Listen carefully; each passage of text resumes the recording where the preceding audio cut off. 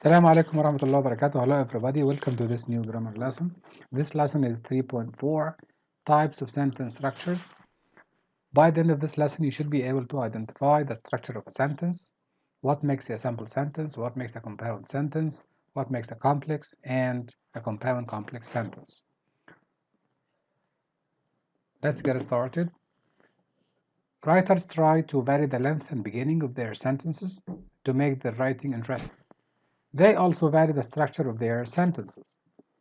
What is the structure of the sentence?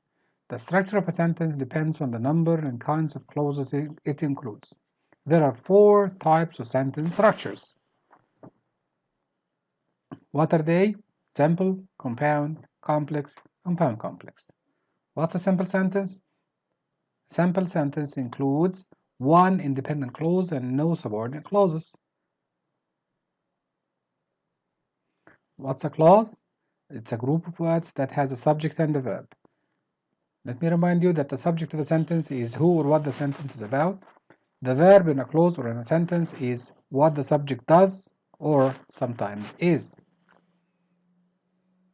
An independent clause makes sense by itself. A subordinate clause does not. If you want to revise the types of the clauses, you need to visit lesson 3.3 again. Back to the simple sentence. The world's longest mountain chain, the Andes, stretches along the western edge of South America. That makes a simple sentence because it has one independent clause and it has no subordinate clauses.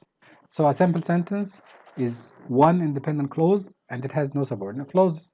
A compound sentence is 2 or more independent clauses, like here. There's a comma and a conjunction, one of the fanboys. Remember the fanboys? For, and, nor, but, or, yet, and so on. These fanboys, they make compound sentences when they join 2 independent clauses. The third type is called complex sentence. It consists of one independent clause and at least one subordinate clause. These 2 sentences are joined using a subordinate conjunction. What are the subordinate conjunctions? Here they are. Compound complex sentence. It consists of 2 or more independent clauses and at least one subordinate clause. Like this one here. So it has a fanboy and subordinate conjunction. But teacher, why do we learn about types of sentences?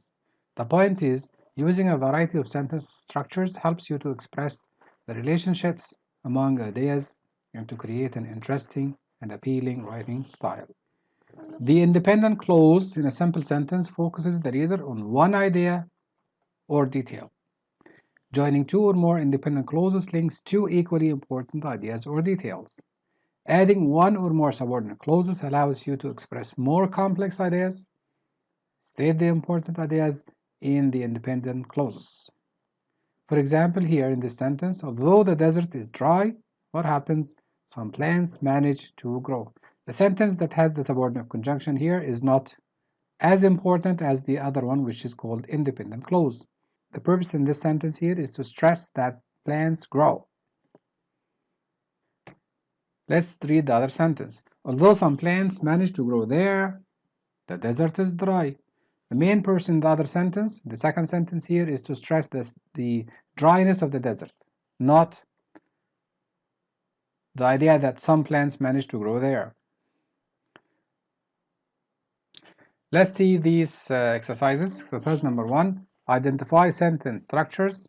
You need to write whether this sentence is simple, compound, complex, or compound complex. The first one here, Paula is a wonderful pianist. This sentence expresses one idea. It doesn't have any conjunction at all, connecting ideas, so it's a simple sentence. Let's see number 2. Paula can play classical piano and she can play jazz. Of course, we have here 2 ideas connected by what kind of conjunction? Is it a coordinating or a subordinating? And is one of the coordinating conjunctions, so this is a excellent compound sentence. Stop the video, do your work, then check your answers, and then put your mark. Give yourself a mark out of 10. And now here are the answers to this activity. Exercise 2. Revising for sentence variety. On a separate sheet of paper, revise the thank you note below, improving the sentence variety. How can you improve it? Number 1. You revise so that all of the sentences types are included. You may add, delete, or rearrange words. Exchange your revision with a classmate and discuss your changes. Let's take an example. Dear Mr. Roth, I am writing to thank you. That is a simple sentence because it has one idea.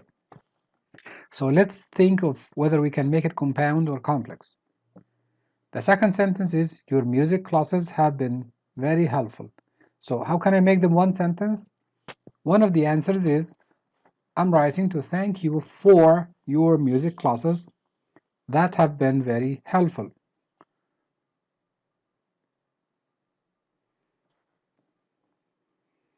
Now stop the video and start working in groups to answer this exercise.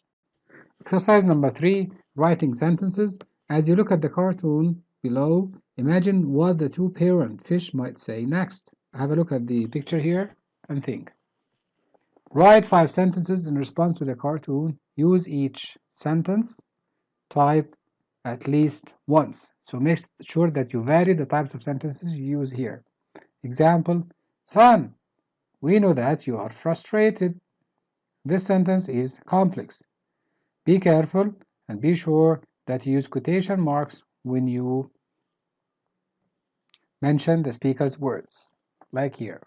And here we come to the end of today's lesson. Assalamu alaikum wa rahmatullahi wa barakatuh.